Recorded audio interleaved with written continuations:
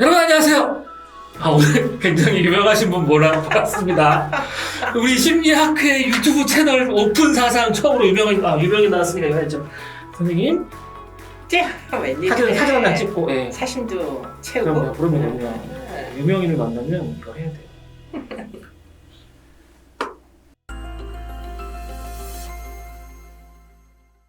사실 저도 같은 현업에 있는 사람이지만 이렇게 연예인 보듯이 할 정도로 우리 저기 심리학계에서 스타하신데 사실 저는 개인적으로 이제 선생님 제 학부 때 선생님 수업을 들었어요. 네네네, 얼굴이 기억이 나요. 그쵸? 크게 변하지는 않고. 맞아요. 옛날부터 이렇게 나이 든 얼굴이었어요. 확장된 얼굴. 네, 뭐 살만 좀 쪘고. 근데 사실 제가 들었을 때는 선생님이 범죄 심리학 하신다는. 저도 건 제가 아니었고. 이걸 할 줄은 몰랐죠. 그렇죠. 네. 제가 기억한 선생님은 측정 배워갖고 네, 맞아요. 오셔가지고 심리 측정이 사회 심리학. 전공이었고, 네. 그래서 결국은 정서 쪽을 하다가 그죠. 그러다가 제가 유학 갔다가 왔는데 갑자기 텔레비전 선생님이 나오시고 아, 범죄 심리 전문가라고 네. 그래서 어떻게 하다 이렇게 범죄 심리학을. 그러니까 이제 정서 측정을 이제 하다 보니까 처음에는 조현병 환자들을 데리고 연구를 하다가 조현병 환자들이 너무 내 입장에서는 사실은 뭐 모든 기능이 다 쇠퇴하기 때문에 사실 좀 약간 흥미를 잃어가던 그 와중에 경기대학교의 교양심리학 교수로 이제 취업이 됐어요. 그래서 처음에 입사할 때는 이제 교양심리학만 강의를 하면 되겠거니. 근데 이제 저 같은 경우에 심리학 수업은 진짜 국내와 국외를 왔다 갔다 하면서 수업을 들었기 때문에 진짜 교양은 내가 잘할 수 있다. 이렇게 생각하고 갔는데 거기에 이제 전국에서 유일하게 교정학과라는 게 있었는데 저에게 이제 면접 때 어떤 교정학과 교수님이 청소년 비행 청소년이 있으면 너 어떡할래? 이게 이제 면접 질문이었고요. 그리고는 이제 그분이 법무부 과제를 수행을 하시는데 통계 돌린 사람이 필요하다. 법무부에서 데이터는 얼마든지 얻어다 줄 테니까 통계만 돌려라 해가지고 통계 기술자로. 네, 통계 기술자로 일단 그 공동연구원으로 이제 그 들어가게 됐는데 문제는 이제 위험한 사람을 골라내라는 게 이제 목표였어요. 근데 이제 대체 위험한 사람이 누구냐. 내가 뭐 범죄를 당해본 적도 없고 범죄를 저질러 본 적도 없고 그러다 보니까 이제 위험을 규정하는 것 자체가 너무 어렵고 그 당시에는 사실은 이제 잘 알지 못했고 뭐 임상평가가 그런 이제 그 형사정책 현장에 적용되기가 어렵다는 사실조차 몰랐어요. 예.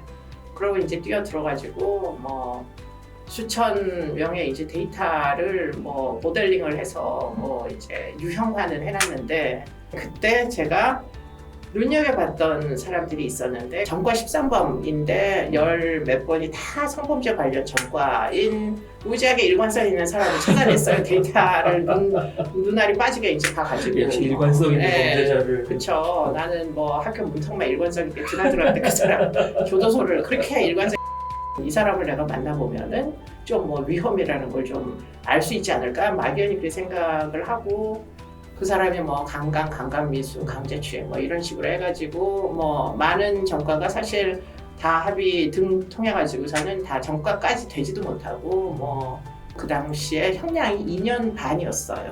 레이비였는데 그래서 이제 그럴 시기군요. 네, 그다음에 이제 전과력이 너무 이 저의 어텐션을 확 끌어가지고 그 외국의 자료들을 좀 찾아보면 뭐가 답이 나오지 않을까 뭐 이렇게 하고 시작된 연구가 이제 섹스 오펜더가 사실은 범죄자들 중에 가장 위험한 집단이다. 왜냐하면 지금까지 운 좋게 사람을 하나도 안 죽였지만 문제는 저항하는 피해자를 만날 때는 사망에 이를 뭐 수도 있기 때문에 언젠간 살인범이 된다는 거예요. 근데 그 당시에 우리나라의 사법제도 내에서는 성범죄는 범죄가 아니던 시절이에요. 아동학대를 범죄로 취급 안 하는 것처럼 그때는 친고죄가 있기 때문에 성범죄는 저질러도 교도소를 안 가던 시절이에요. 그러다 보니까 다 합의하고 뭐 협박해서 고소취하시키고 이래가지고 교도소 수감자가 별로 없는데 그 중에 이제 성범죄자가 뭐 한 5%에서 한 10% 이제 대부분 죄명은 이제 강간으로. 그래서 우리가 섹스 오펜더면서 상습적인 사람들은 이제 리스크 매니지먼트를 국가에서 해야 된다. 이게 이제 영미법의 아주 주요 목표 중에 하나였고 그러면 그들의 이제 리스크 매니지먼트를 하는데 무슨 근거가 있어야 될 거 아니에요. 그러니까 뭐 리소스는 제한돼 있는데 형사 정책의 리소스를 이제 그런 사람들 중에 제일 고위험군을 선별을 해가지고 배치를 해놔야 그들의 이제 재범이 억제가 된다. 그리고는 이제 그런 피해자에 대한 피도 눈물도 없는 사람을 사이코패스라고 한다. 그래서 이제 사이코패스라는 개념을 만나게 돼서 그 다음에 이제 사이코패스가 그 뭔가 그때는 한국말도 없었어요. 지금은 사이코패스 이렇게 쓰지만 그때는 그 저조차도 그 개념을 잘 모르던 와중에 그 사람들을 이제 형사 정책적으로 재범 위험군이라고 정의하면 크게 뭐 벗어나지 않는다 이런 연구부터 이제 평가하는 체크리스트까지 그런 게 있다는 거를 이제 보고 그러면 나도 성범죄자의 전과를 토대로 좀 가중치를 주면 그러면 좀 위험하다는 걸 제대로 좀 정의할 수 있지 않을까. 우리 학교는 그때 특화 프로그램을 운영할 계획이 이미 있었어요. 그래서 저를 뽑았을 때 이미 범죄 심리학을 네가 맡아라 이런 이제 그 계획을 염두에 두고 저를 뽑았던 상황이었고 그래서 그 프로젝트를 하던 선생님이 범죄 심리학 석박사 과정을 만들려고 요구하셨고 근데 나는 그 당시에 범죄자를 한 명도 만나본 적이 없고 그래서 이제 나를 그럼 해외 파견을 보내달라. 그럼 내가 가서 미국의 교도소, 뭐 미국의 재판 절차가 어떻게 운영되는지 보고 와서 그 다음에 이제 뭐 석박사 과정 쿼리 같은 거라도 베껴와야 운영을 할 수 있지 않겠냐 하고서는 그때 이제 그 텍사스 주립대학에 크리미널 저스티스만 있는 캠퍼스가 있어요. 그리고는 그 근처에 정말 미국에서 제일 교도소가 많은 그 어떤 동네가 있어요. 온 주민이 다 교도관밖에 안 사는 동네가 있는데 그걸로 이제 그 가게 됐고 그래서 뭐 교도관이 아닌 유일한 사람. 유일한 사람. 그 동네는 교도관과 교수밖에 안 사는 동네예요.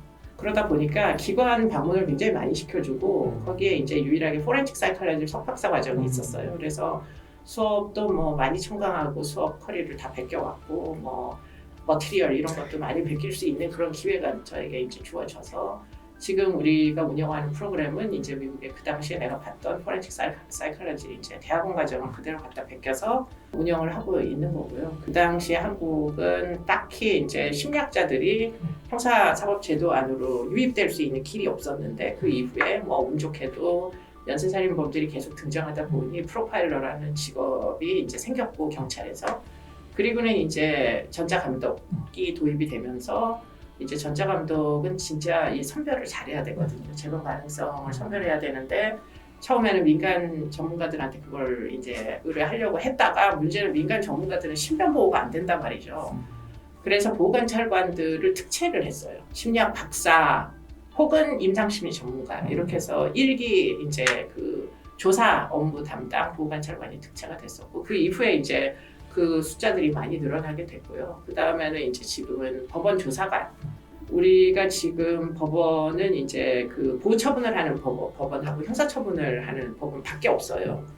그런데 만약에 이제 그 이슈별로 뭐 예를 들자면 가정폭력에서 유달리 인명피해가 많이 나잖아요. 그런 사건들을 줄이려면 법원을 이제 통합법원으로 형사처벌도 하고 보호처분도 내리고 이런 법원으로 만들어야 되는데 그러려면 피고인이 가진 어떤 범죄 성향을 일단 재판 단계에서 굉장히 선별을 잘 해야 되잖아요. 평가를 잘 해야 되잖아요.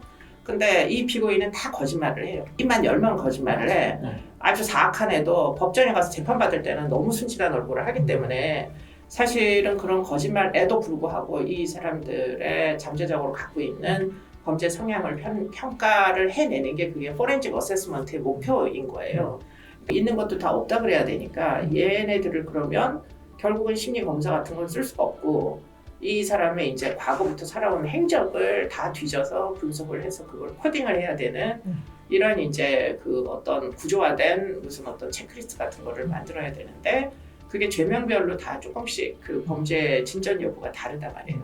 성인도 다르고 뭐 성범죄자 다르고 소년의 경우에는 이제 전과가 없기 때문에 얘네들은 뭐 수사 경력 주의 이런 거를 또 해야 되는 필요가 발생하고 뭐 이런 이제 여러 가지 그런 그 일들이 이제 전담 법원이 되면 가정폭력 전담 법원, 뭐 소년 사건 전담 법원 이렇게 되면 이제 이런 그 니즈 어세스라고 하는데 이 니즈 어세스를 할 수 있는 유일한 내가 느낄 때는 그런 직군이 사실은 심리학자들밖에 없어요. 예, 굉장히 사회과학인데 마이크로한 접근을 하잖아요. 마크로한 이런 사회학자들이 핸들하는 그런 이제 필드가 아니니까 그래서 심리학자들이 앞으로 이런 필드에는 더 많이 진출할 수 있을 거다 이런 생각을 갖고